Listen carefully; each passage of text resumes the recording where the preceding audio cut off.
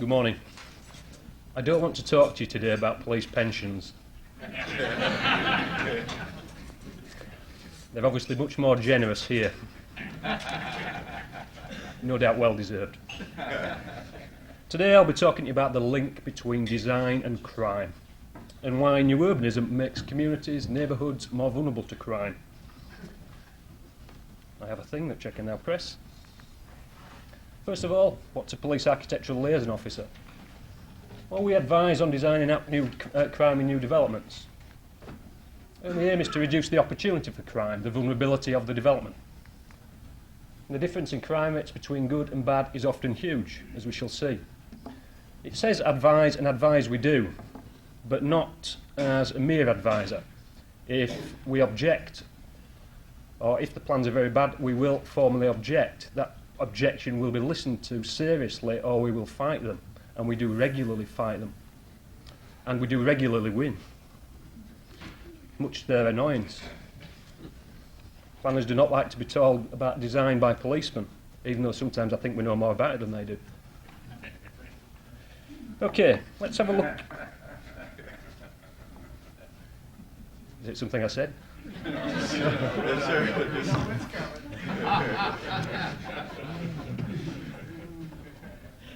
Okay. This is where the field of designing out crime effectively began. Pruitt-Igoe, St. Louis, Missouri, 1956. I like this. The vision was Manhattan on the Mississippi. I think Americans will know better whether that's accurate or not. The reality was the most infamous public housing project ever built in America, certainly I'm aware of. And this is what happened to it 16 years later. 16 years later. That was its total life, never achieved more than 60% occupancy. What's the connection with new urbanism and crime?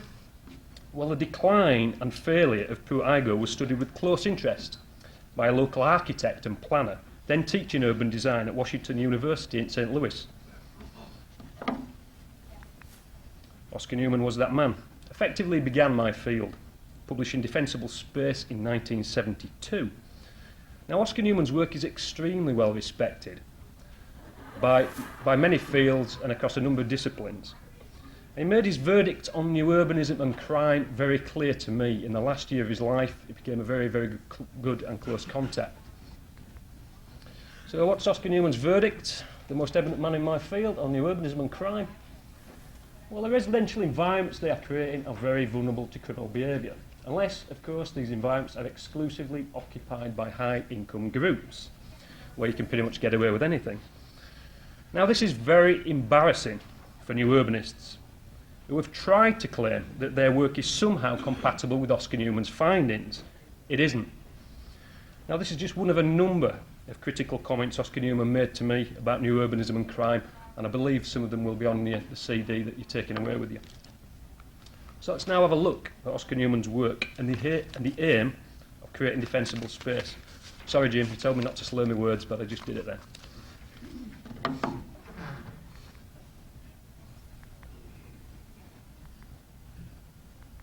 Okay, defensible space. The aim of defensible space is to allow residents to control the area around their homes. Can't be simpler than that. Very simple and very effective and very important and much neglected. To achieve this, space should be strongly defined, clearly owned, and have good natural surveillance. Based on the fundamental understanding that people show much greater care and control over an area that clearly belongs to them, which of course is normally private space. The more private development, the fewer strangers present, and the fewer alternative escape routes, the better. You might bear that in mind when you listened to the planner last night who said what your communities need is many more connections and not one way in and one way out. When I show you the evidence later, perhaps you'll bear that in mind. It shows what planners know about design and crime, which is literally nothing. This, of course, is pretty much incompatible with new urbanism. You can't do those things and still have new urbanism. However, it has strong and consistent evidential support from crime pattern analysis, the evaluations of secure by design, that's the police scheme in England, police programme, scheme's a different thing apparently in America, and from criminology. And that criminology is often American. Much of the research I rely upon and use, much of it comes from the UK, but much of it does come from America. Not that, of course, planners would look at it. Let's have a look at a small-scale example of implementing defensible space. This is a site for the elderly in my city, retirement bungalows. Now, these houses were being burgled and residents suffered continually from antisocial behaviour. Why? Well, is this rear area private space or is it public? Is it clear? If the question needs to be asked, then there's a problem. That's what I teach when I'm teaching students. If you have to ask the question, there's a problem. Or more to the point, the people living here had a problem. This is the site now. Not just much safer, but also a lot more attractive, I think, which is important. As part of a package of measures, all space at the front and rear is allocated into completely private gardens. In short, defensible space. The public space has been assigned to individual dwellings, and that has maximised control. No house has been burgled since. There's been a huge reduction, virtually to nil, in problems with young people. Their turf has been removed. Their playground has been removed. It's been restored to residents. Order has been restored, not by large numbers of patrol officers with attractive pensions,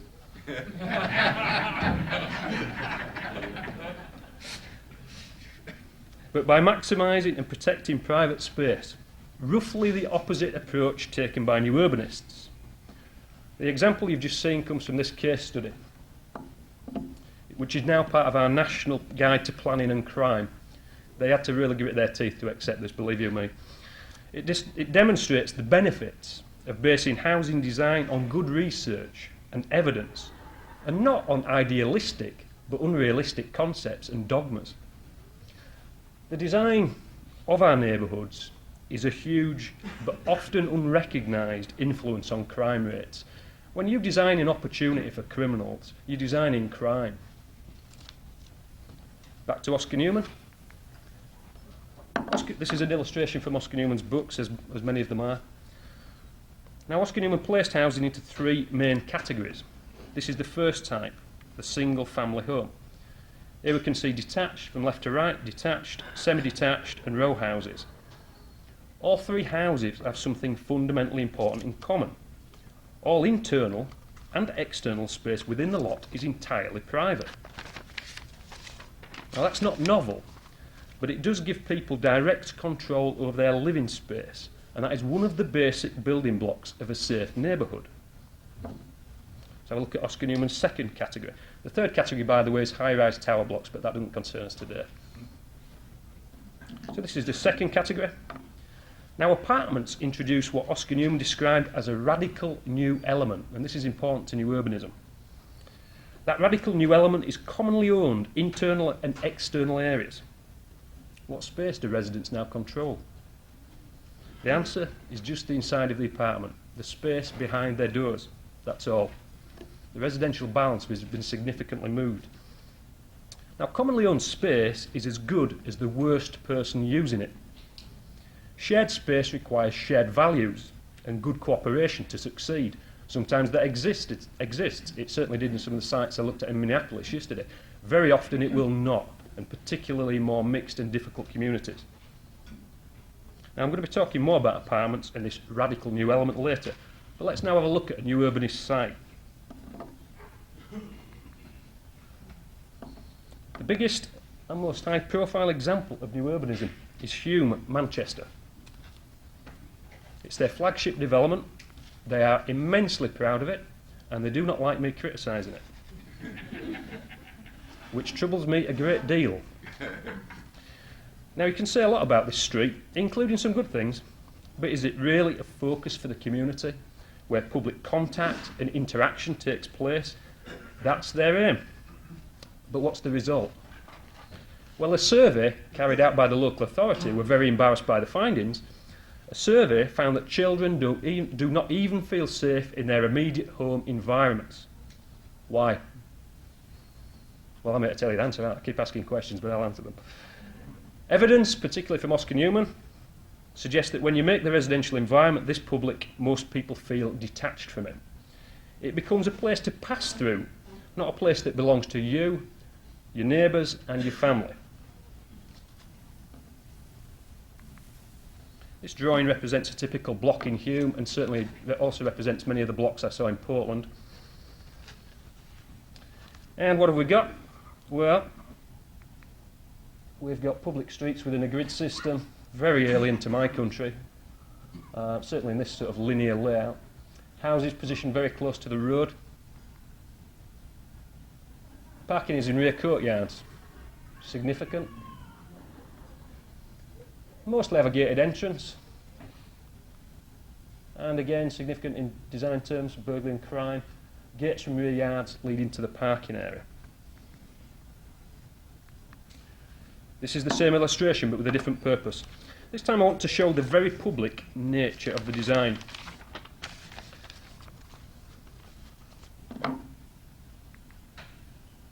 We've got those very public streets, and we've got a semi-public rear area, so defined because of the large number of people sharing it.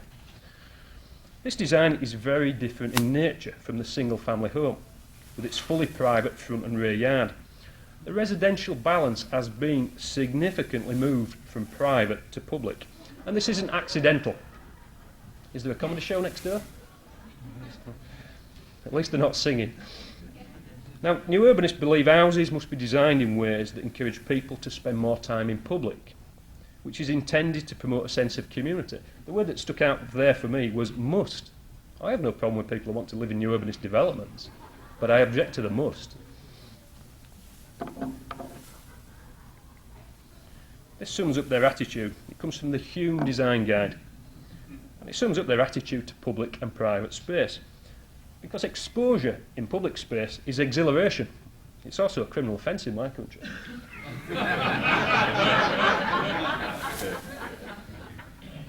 Privacy, however, is claustrophobia. Yet privacy is what most people, particularly families, want when they're at home. Now again, I would say that big decisions on how people live should be based on evidence and choice, not slogans and the imposition of dogma. So let's have a look now at the burglary results in Hume that come from designing neighbourhoods in the way that new urbanists advocate. Now, crime pattern analysis is very irritating to planners. It's immune to theories, opinions and belief. It's hard evidence. It's accepted by all sides as undisputable evidence. And it's now endorsed by the planning system, which took me 2 years and it annoys them no end. Okay, let's have a look. It's all coming at once, unfortunately, which rather takes the dramatic impact. The rate in Hume is 3.5 times the national average. Now, that's bad enough, but £350 million has been spent creating a burglary problem 3.5 times the national average. Huge public and private investment has gone into creating a problem that anybody competent in my field could have predicted before they'd finished the plans. Now, why is new urbanism vulnerable then? Reason one is their attitude to public and private space. And here we can let them speak for themselves in what somebody yesterday complimented them on their principles, the 25 principles.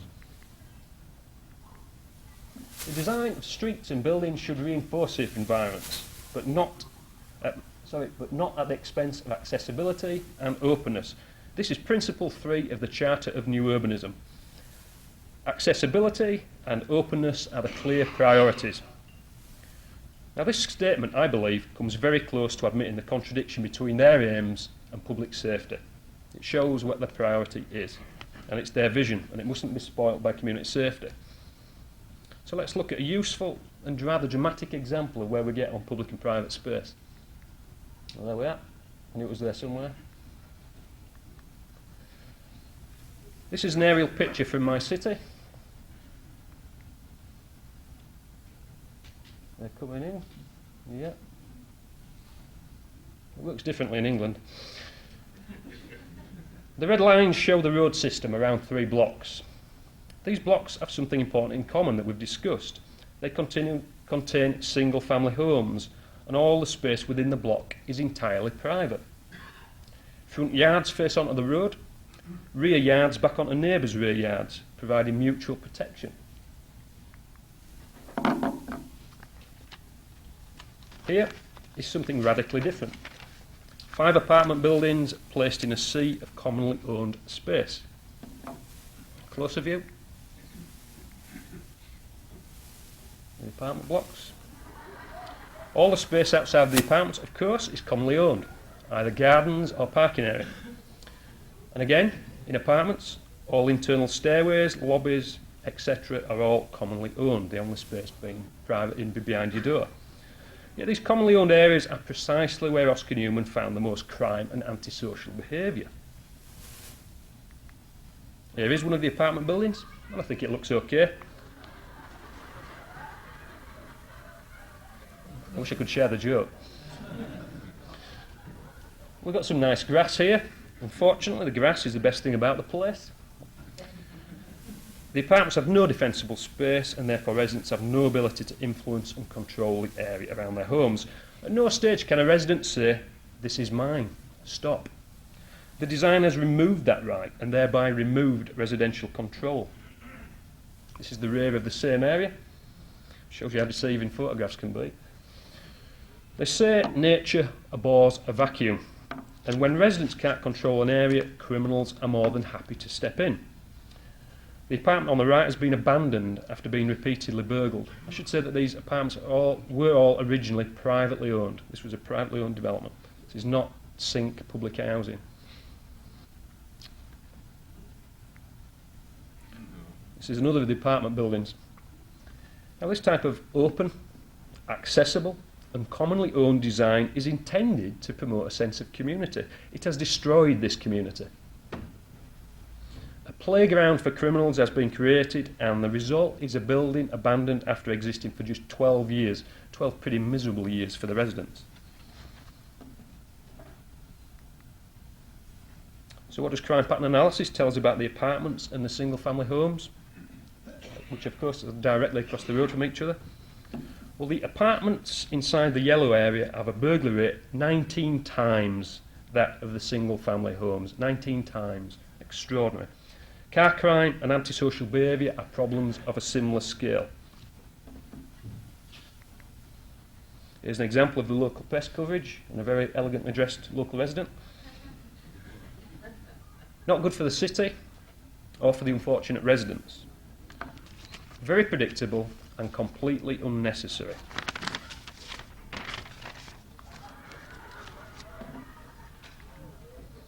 More typical apartments from my city. Very typical, in fact, because they've now been demolished, along with many other similar buildings. In design terms, these are very, very similar to many of the apartments I saw in Oregon. The ones in Oregon may have been slightly more attractive, but in design terms, in terms of my field, no different. The point, of course, is that the densities demanded by new urbanists lead to families being forced to live in apartments that are just as vulnerable as this. Now, well-designed apartments can work, particularly in affluent areas and where residents share the same values. This much better example is from Vancouver, Canada, sent to me by a colleague there. However, it is a much more vulnerable form of housing, much more prone to failure, and new urbanists simply do not understand this.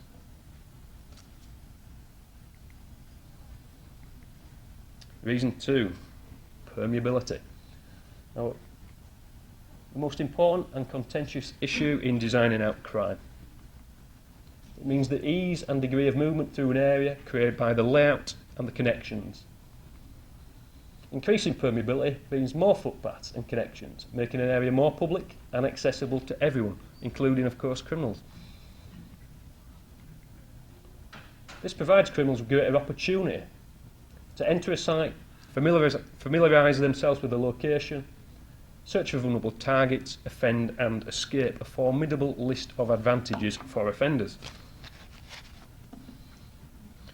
Worth bearing in mind now what Mr. Dunphy said last night regarding what our communities need is many more connections, and we don't want one way in and out.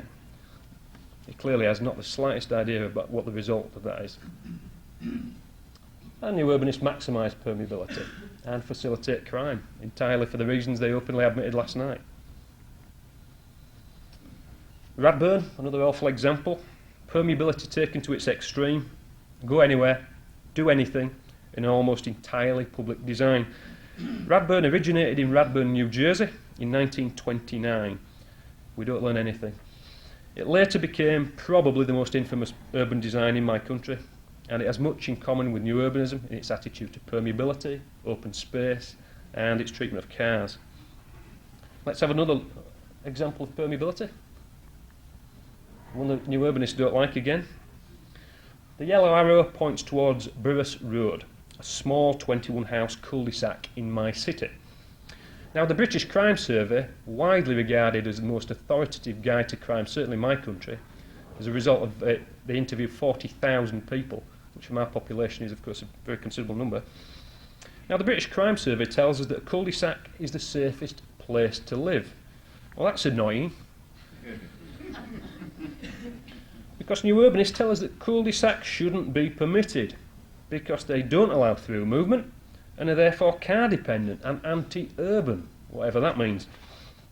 Now, this cul-de-sac was virtually crime-free. This is not a great area, but the cul-de-sac was virtually crime-free until planners decided that a new cycle route should go through the site. And there we are. The route created a connection between a supermarket, you can see the car park on the top right, and a high school, out of picture on the left. After the opening of the route, the burglary rate went from 0 in the previous 6 months to 14 times the national average, with a matching rate of disorder. Now, according to the new urbanist, what's wrong with this site is there's not enough eyes on the street, based on a book from 1961 by Jane Jacobs, where the panacea to crime is eyes on the street. She was talking about New York and similar types of environment. Well, there were no eyes on the street before the connection went through. Very few. Small 21-house cul-de-sac, many of these people out at work. Few eyes on the street, no crime. Many more eyes on the street now. Lots of eyes on the street. And lots of crime. Which, roughly speaking, tells you what new urbanists know about crime and design. Eyes on the street would save this problem. Actually, opening it up to public access created the problem. This is the new connection from the supermarket side. And you can see the only people now at peace in the area on the left of the picture, behind the railings.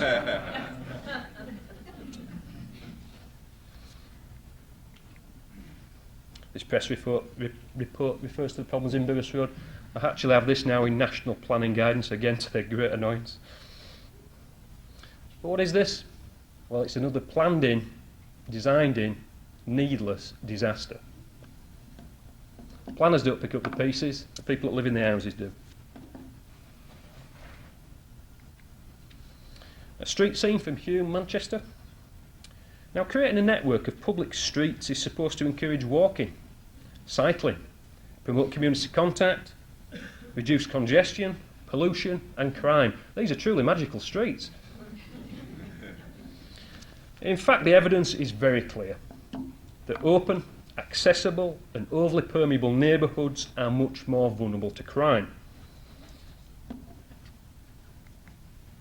Another picture from the same area. Now, neighbourhoods such as this are vulnerable because criminals can legitimately, that's the important word, legitimately wander around without any fear of being challenged by residents or the police, because you've no right to go in along public streets.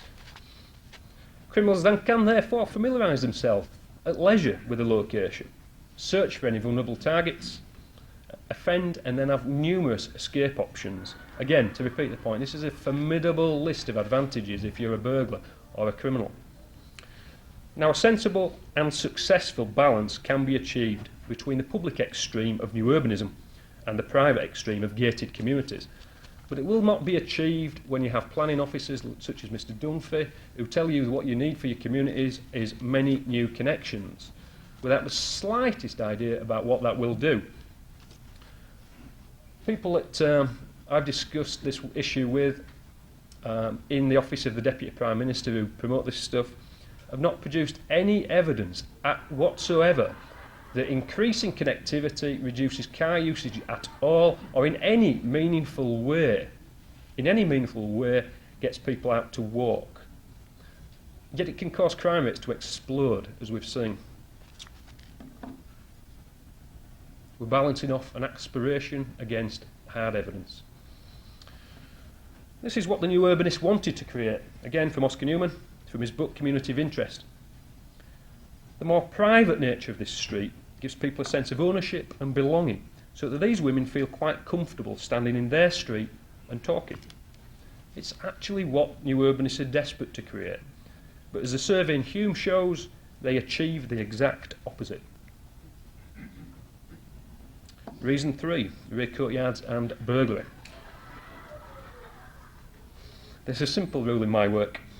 The easier it is to get to the rear of houses, the more burglary you get, other things being equal. The entrance to this courtyard is protected by gates, and perhaps you think it looks safe enough? Well, that's not proving to be the case. Here's just one way that burglars use to get into the rear courtyard. Just one way, there are others.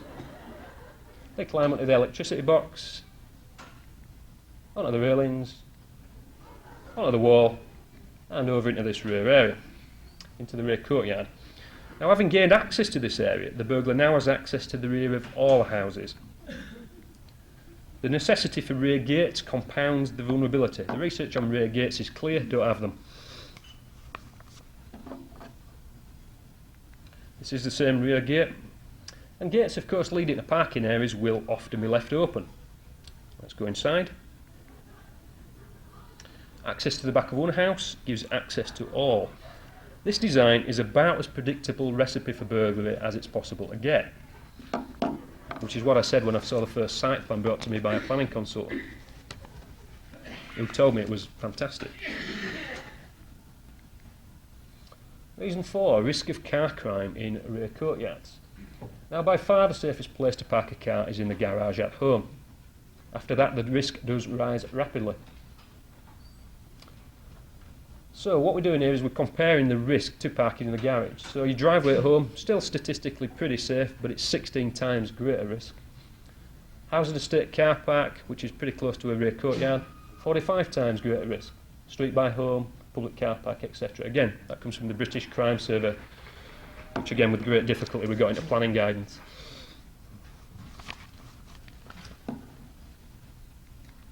Here is one of the courtyards again.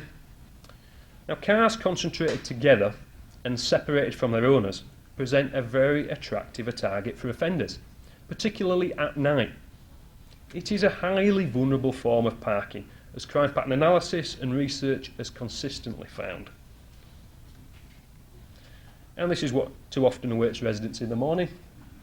Now, residents tell me that sometimes every single car in a courtyard will be broken into. By the way, this is our solution to the controversy to SUVs. This is an English SUV.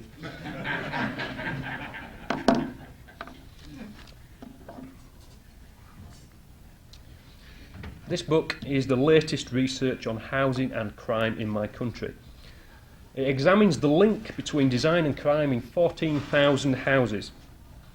Originally published in 1991, it has now been updated and reissued by the Jill Dando Institute of Crime Science. Not only does it highlight the vulnerability of courtyard parking, it also confirms the importance of the issues I've discussed with you today.